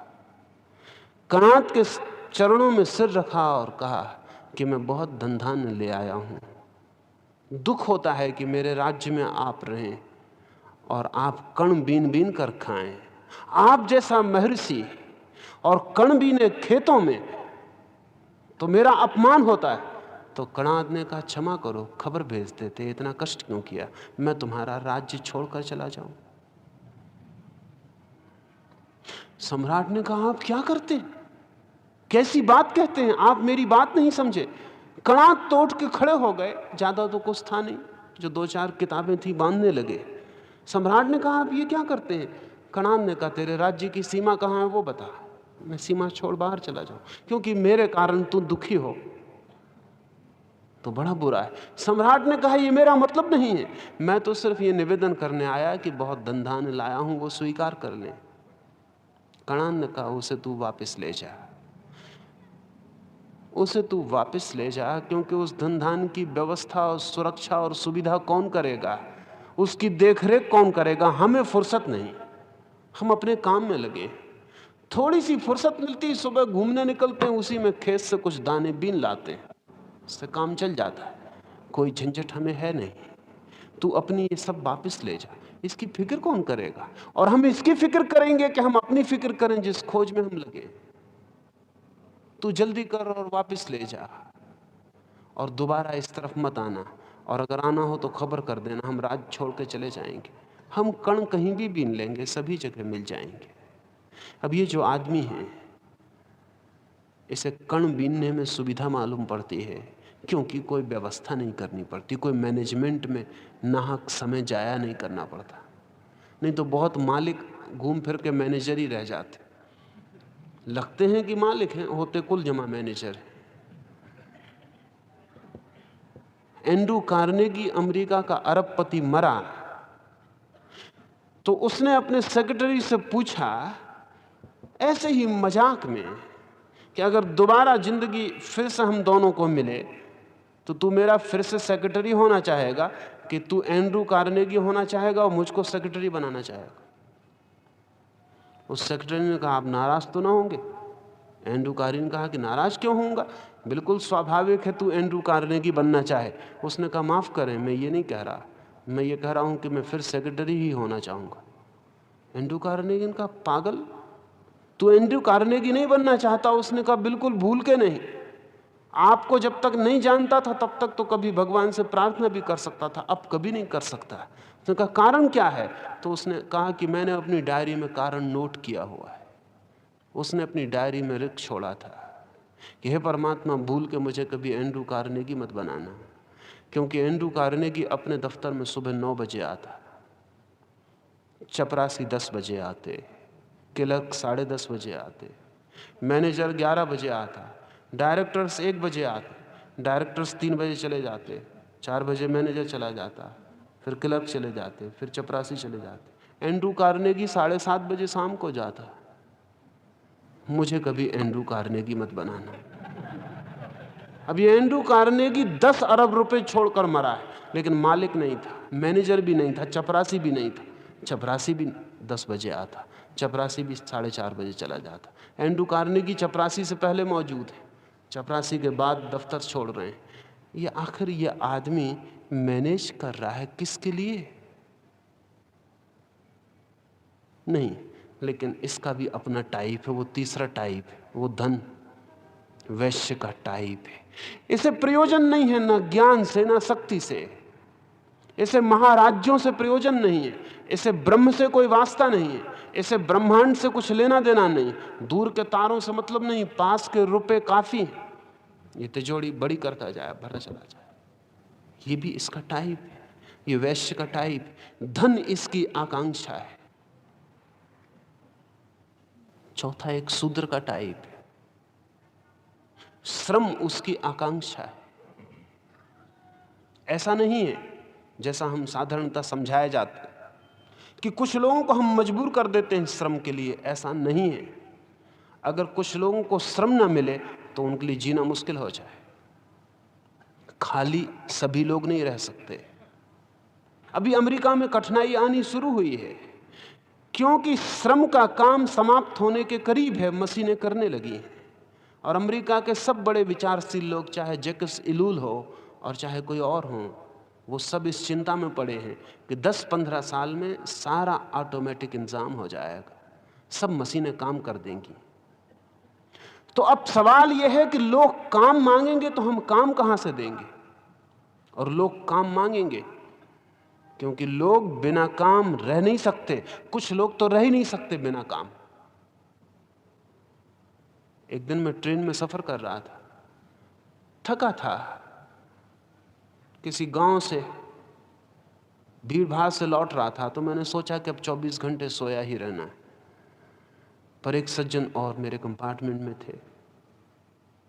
मैं जैसे कमरे में आया, मैंने उनकी तरफ देखा नहीं, क्योंकि देखा कि खतरा शुरू हो जाए, वो कुछ बातचीत शुरू कर दें। मैंने जल्दी से आंख बंद की और मैं सोने लगा। उन्होंने कहा, क्या आप इतने जल्दी सोने लगे? मैंने कहा कि आप समझिए मैं सो ही गया, मैं तो बिस्तर ओढ़ के सो रहा। घंटा भर, 1.5 घंटा बाद मैं उठा तो देखा कि वही अखबार वो पढ़ रहे थे जब मैं सोया था, फिर उसको वही पढ़ रहे थे, फिर से पहले पेज से शुरू कर दिया था। मुझे देखा तो उन्होंने जल्दी से अखबार बंद किया। मैंने कहा आप पढ़िए, मैं तो फिर वापस सो जाने वाला हूं। सुबह जब उठा तब वो फिर कल वाले अखबार पढ़ रहे थे, न मालूम कितनी बार पढ़ चुके थे। जब मुझे देखा तो वो जरा संकोच में उन्होंने अखबार बंद करके रख दिया। मैं करवट लिए पड़ा रहा, कभी वो खिड़की खोलते, कभी सूटकेस खोलते, कभी ये चीज उधर रखते, कभी वो चीज उधर रखते। दोपहर होते होते मैंने देखा कि वो बिल्कुल पागल हुए जा रहे हैं। दोपहर को जब मैं खाना खा के फिर सोने लगा, उन्होंने कहा क्या आप गजब कर रहे हैं, फिर सोइएगा, कुछ बातचीत नहीं करिएगा। मैंने कहा कि आप अपना काम जारी रखिए, मुझे कोई एतराज नहीं। आप बार बार खिड़की खोलिए, बंद करिए, सूटकेस दबाइए, उठाइए, जो आपको करना। आप उसी अखबार को 1000 दफे पढ़िए, मुझे कोई एतराज नहीं। आप मुझे भूलिए, मैं नहीं हूं। बोले आपने ख्याल कर लिया क्या? मैं डर रहा था कि आप क्या सोचेंगे कि आदमी क्यों बार बार खिड़की खोलता बंद कर। लेकिन मैं क्या करूं, मैं खाली बहुत मुसीबत में हूं। अब ये भी एक टाइप है जो बिना काम के जी नहीं सकता। आज अमेरिका में 2 दिन की छुट्टी हो गई सप्ताह में, तो आप जान के हैरान होंगे कि अमेरिका में एक कहावत है कि 2 दिन की छुट्टी के बाद आदमी इतना थक जाता है कि 1 सप्ताह विश्राम की जरूरत पड़ती। ये बड़ी मुश्किल बात। 2 दिन की छुट्टी के बाद आदमी इतना थक जाता है कि 7 दिन के विश्राम की जरूरत पड़ती। तो छुट्टी विश्राम किया आपने? नहीं, छुट्टी में लोग हजारों सैकड़ों मील कार चलाए, बीच पर पहुंचे, एक नहीं पहुंचा। नेक टू नेक कारें एक दूसरे से फंसी रहीं, लाखों कारें पहुंच गई, पूरी बस्ती समुद्र के तट पर पहुंच गई। जिस बस्ती से भागे थे, लेकिन पूरी बस्ती भाग रही, वो पूरी बस्ती वहां मौजूद हो गई। इससे तो अच्छा घर रह जाते, तो अब घर थोड़ा सन्नाटा रहता, क्योंकि सारी बस्ती बीच पे आ गई। अब सारी बस्ती बीच पे रही, फिर बीच से भागे। सारी अमेरिका में छुट्टी के दिन सर्वाधिक दुर्घटनाएं हो रही, क्योंकि छुट्टी के दिन लोग बिल्कुल शैतानी के काम में लग जाते। क्या करें? फुर्सत खतरनाक है। जब तक मिली नहीं तब तक आपको पता नहीं। अगर पूरी फुर्सत मिल जाए तो खतरनाक है। तब आपको पता चलेगा कि श्रम करने वाला भी एक टाइप है, जो बिना श्रम किए नहीं रह सकता। कृष्ण कहते हैं ये 4 गुण से विभाजित लोग हैं। शायद इन चारों की जरूरत भी है, क्योंकि सारे लोग ज्ञान खोजें तो जगत अस्तित्व में नहीं रह जाए, और सारे लोग शक्ति खोजें तो सिवाय युद्धों के कुछ भी ना हो, और सारे लोग धन खोजें तो आदमी मर जाएं और तिजोरियां बचे, और सारे लोग श्रम करें तो कोई संस्कृति, कोई सभ्यता, कोई कला, कोई विज्ञान, कोई दर्शन, कोई धर्म, कुछ भी ना हो। ये चारों कॉम्प्लीमेंटरी हैं। इन चारों के बिना जगत नहीं हो सकता। इसलिए कृष्ण कहते हैं ये 4 गुण से और कर्म से। भीतर तो गुण है, उन गुणों से जुड़े हुए संयुक्त कर्म हैं। गुण ही बाहर प्रकट होकर कर्म बन जाते हैं। भीतर जिनका नाम गुण है, बाहर उनका नाम कर्म है। जब बीज में होते हैं तो उनका नाम गुण है, और जब प्रकट होकर संबंधित होते हैं तो उनका नाम कर्म हो जाता है। गुण कर्म से मैंने 4 में बांटा, कृष्ण कहते हैं। ये 4 का विभाजन कृष्ण की दृष्टि में ऊंचे नीचे का विभाजन नहीं है। कृष्ण की दृष्टि में इसमें कोई हायरार्की नहीं है, इसमें कोई ऊपर और कोई नीचे नहीं है। ये 4 जीवन के शरीर के 4 अंग हैं, समान मूल्य के। एक के भी बिना 3 नहीं हो सकते। विकृति उस दिन आनी शुरू हुई जिस दिन हमने हायरार्की बनाई, जिस दिन हमने कहा कि नहीं कोई ऊपर और कोई नीचे। नहीं, श्रम भी उतना ही ऊपर है जितना ज्ञान। और अगर किसी को ज्ञान की पिपासा है और किसी को अगर श्रम की पिपासा है, तो श्रम की पिपासा का भी हकदार है आदमी कि अपनी पिपासा को पूरी करे। ज्ञान की पिपासा का भी हकदार है आदमी कि अपनी पिपासा को पूरी करे। और दोनों ही पिपासाएं विराट से मिली हैं, जन्म से मिली हैं, बिल्ट इन हैं। इसलिए गौरव की बात क्या है? अगर मुझे सत्य की खोज की आकांक्षा है तो इसमें गौरव की बात क्या है? ये मुझे वैसे ही मिली है, गिवन है, वरदान है परमात्मा का, जैसे एक आदमी को श्रम की क्षमता मिली है। इसमें अगौरव क्या है? कोई नीचा ऊपर नहीं, वो उसका बिल्ट इन प्रोग्राम है। एक फूल गुलाब बनने को हुआ है, एक फूल कमल बनने को हुआ है, एक फूल जूही बना है, एक फूल चमेली बना है। दुनिया सुंदर है, जितने ज्यादा फूल हैं उतनी सुंदर है। लेकिन गुलाब गुलाम होने की मजबूरी में है, कमल कमल होने की मजबूरी में। कमल का कमल होना कमल का गौरव नहीं है, वो कमल की नियति है, डेस्टिनी है। गुलाब का गुलाब होना भी गुलाब की डेस्टिनी है, और एक घास के फूल का घास का फूल होना भी उसकी अपनी डेस्टिनी है।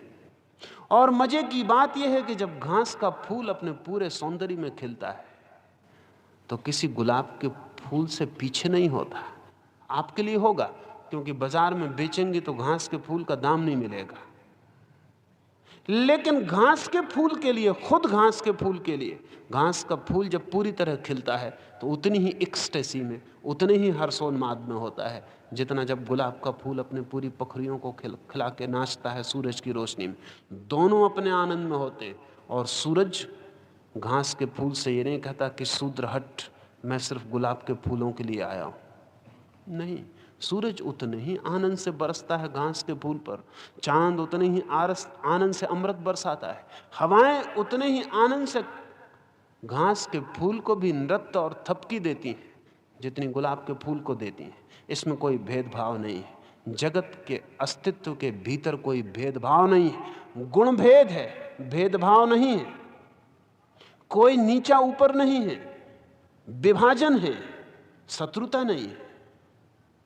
कोई एक दूसरे की कॉन्फ्लिक्ट में नहीं है, संघर्ष नहीं है, सहयोग है।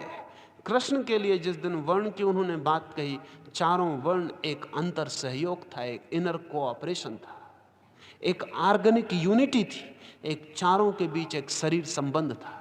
इसलिए कृष्ण ने पीछे शरीर से तुलना भी दी है कि कोई सिर है, कोई पैर है, कोई पेट है, अंग की भांति सारे वर्ण हैं। कोई नीचे ऊपर नहीं है, लेकिन नीचे ऊपर दिखाई पड़ता है क्योंकि उन्होंने कहा कि सिर ऊपर मालूम होता है, पैर नीचे मालूम होते हैं। लेकिन ये ऊपर नीचे होना फिजिकल है, ये ऊपर नीचे होना मूल्यांकन नहीं है। ये मूल्यांकन, इसमें कोई वैल्यूएशन नहीं है कि पैर नीच है, ऐसा नहीं है। अगर नीचा है तो उसका कुल मतलब इतना कि स्पेस में सिर ऊपर मालूम हो रहा है, पैर नीचे, लेकिन वो भी सब बातचीत काल्पनिक है। एक आदमी किसी की छत पर खड़े होकर देखे तो आपका सिर नीचे हो जाता, उसका सिर ऊंचा हो जाता। छोटे बच्चे करते हैं, कुर्सी पर खड़े हो जाते हैं बाप के पास, वो कहते हैं हम तुमसे बड़े, फिजिकल हैं भी बड़े। जब ऊपर हो गए, अगर सिर ऊपर है पैर से तो बेटा कुर्सी पर खड़े होकर बड़ा है। तो छिपकली जो आपकी छत पे चल रही आपके सिर के ऊपर, छिपकली के बाबत क्या ख्याल?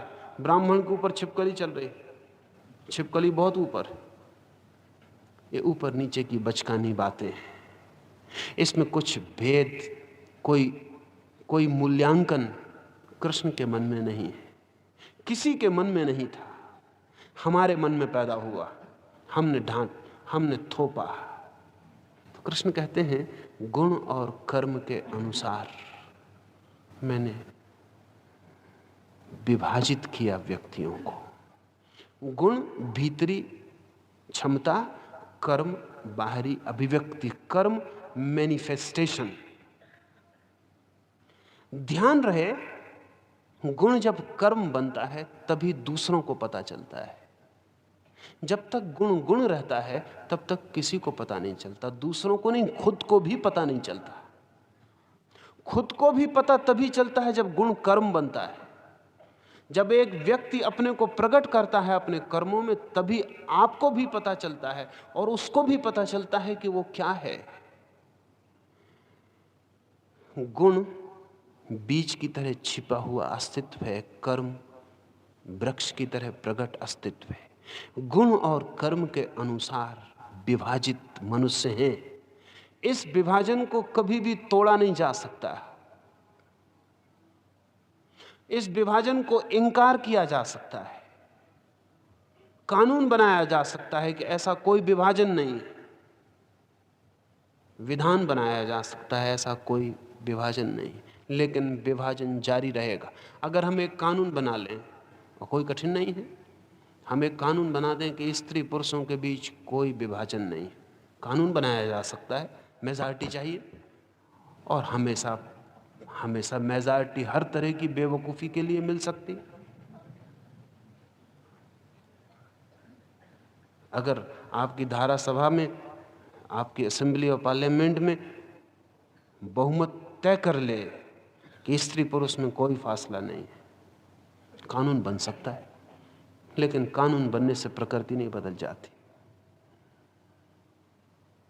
कानून बन भी गए हैं करीब करीब, कानून ही नहीं बन गए, पश्चिम के मुल्कों ने स्त्री और पुरुष के बीच के फासले को गिराना भी शुरू कर दिया। तो पुरुष स्त्रियों जैसे होने की कोशिश में लग गए हैं ताकि एक दूसरे की तरफ थोड़ा थोड़ा चलें तो फासला कम हो जाए। स्त्रियां पुरुषों जैसी होने लग गई हैं, स्त्रियां पुरुषों के कपड़े पहन रही हैं, पुरुष स्त्रियों के कपड़े पहनने की कोशिश में लगे हैं, स्त्रियां बाल कटा रही हैं, पुरुष बाल लंबे कर रहे हैं। ऐसा दोनों थोड़ा थोड़ा चलेंगे तो कहीं मिलन हो जाएगा, इस आशा में। लेकिन अगर स्त्रियां और पुरुषों को बिल्कुल एक जैसी शक्ल का भी बना के खड़ा कर दिया जाए तो भी नियति का जो फासला है वो नहीं गिर जाता। लेकिन उस फासले में कोई ऊंच नीच नहीं है, वो वर्टिकल नहीं है, हॉरिजॉन्टल है। वो फासला ऊंचा नीचा नहीं है। ठीक गुण और कर्म से भी जो भेद है वो नियतिगत है, स्वभावगत है। उस स्वभावगत भेद को कृष्ण कहते हैं मैंने ही निर्मित किया।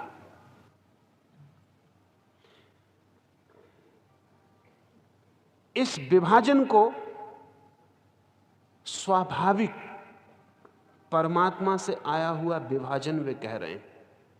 इनबॉर्न, इनबिल्ट, प्रकृति में ही छिपा हुआ, यही उनका अर्थ है। और ये वो इसीलिए कह रहे हैं ताकि अर्जुन को ठीक से ख्याल आ जाए कि उसका अपना गुण कर्म क्या है, और वो उसके स्मरण को ध्यान में लेकर कर्म में सक्रिय हो सके, गुण को पहचान के कर्म कर सके। गुण और कर्म का मेल हो जाए तो व्यक्ति के जीवन में एक हार्मनी, एक अंतर संगीत पैदा हो जाता है। गुण और कर्म का भेद टूट जाए तो व्यक्ति के जीवन में विसंगीत उत्पन्न हो जाता है। एक प्रश्न है आखिरी, फिर हम सुबह बात करेंगे। अभी आपने कहा कि ब्राह्मण, क्षत्रिय, वैश्य, शूद्रों में मूल्यों की श्रेष्ठता हायरार्की नहीं है, लेकिन चेतना की ऊंचाइयों व चेतना के विकास को ख्याल में रखने पर क्या ब्राह्मण की चेतना शूद्र की चेतना से श्रेष्ठ नहीं है? नहीं,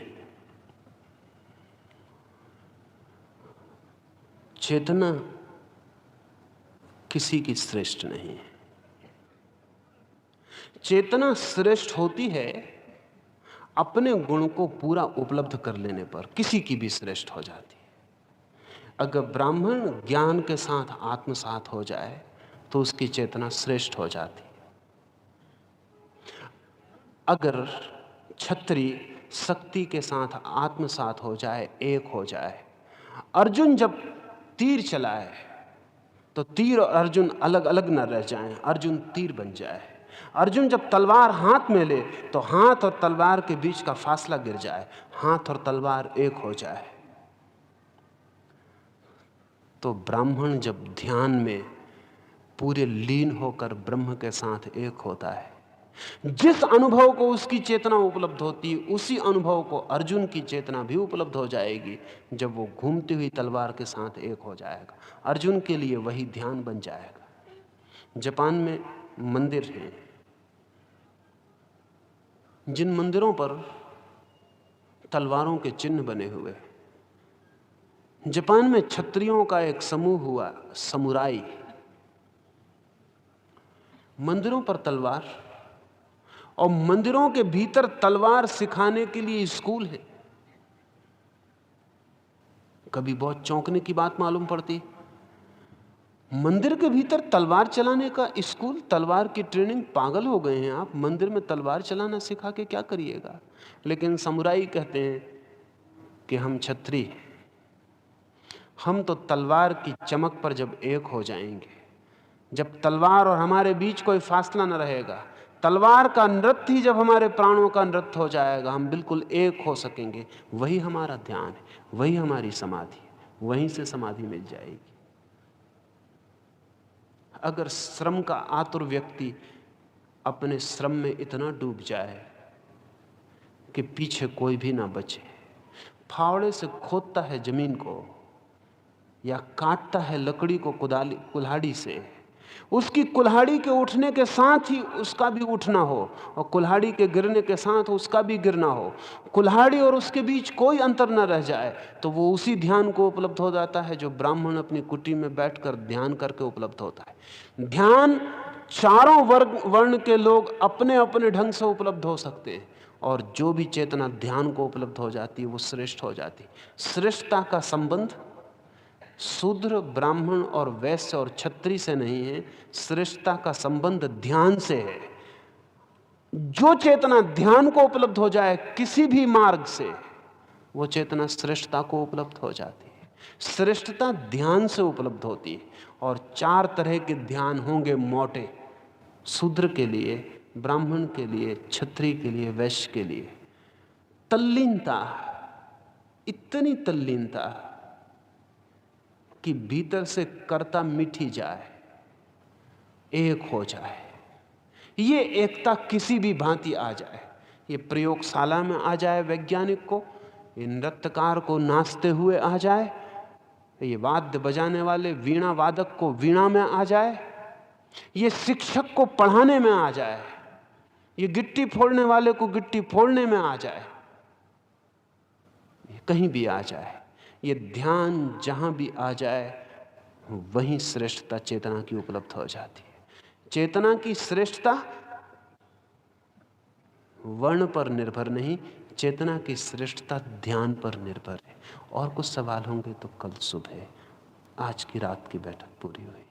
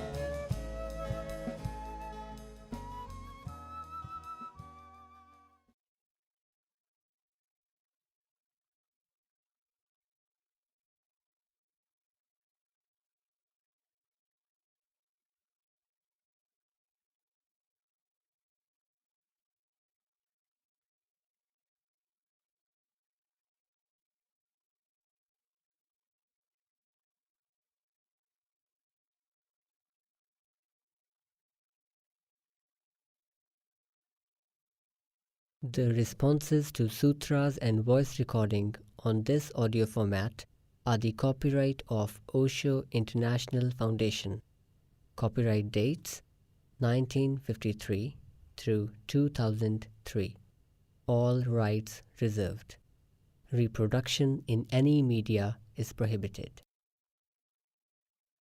सूत्रों पर दिए गए संबोधन और ऑडियो माध्यम में मुद्रित आवाज़ पर ओशो इंटरनेशनल फाउंडेशन के कॉपीराइट हैं। कॉपीराइट 1953 से 2003, सर्वाधिकार सुरक्षित। किसी भी माध्यम में रिप्रोडक्शन अर्थात पुनर्निर्माण निषिद्ध है।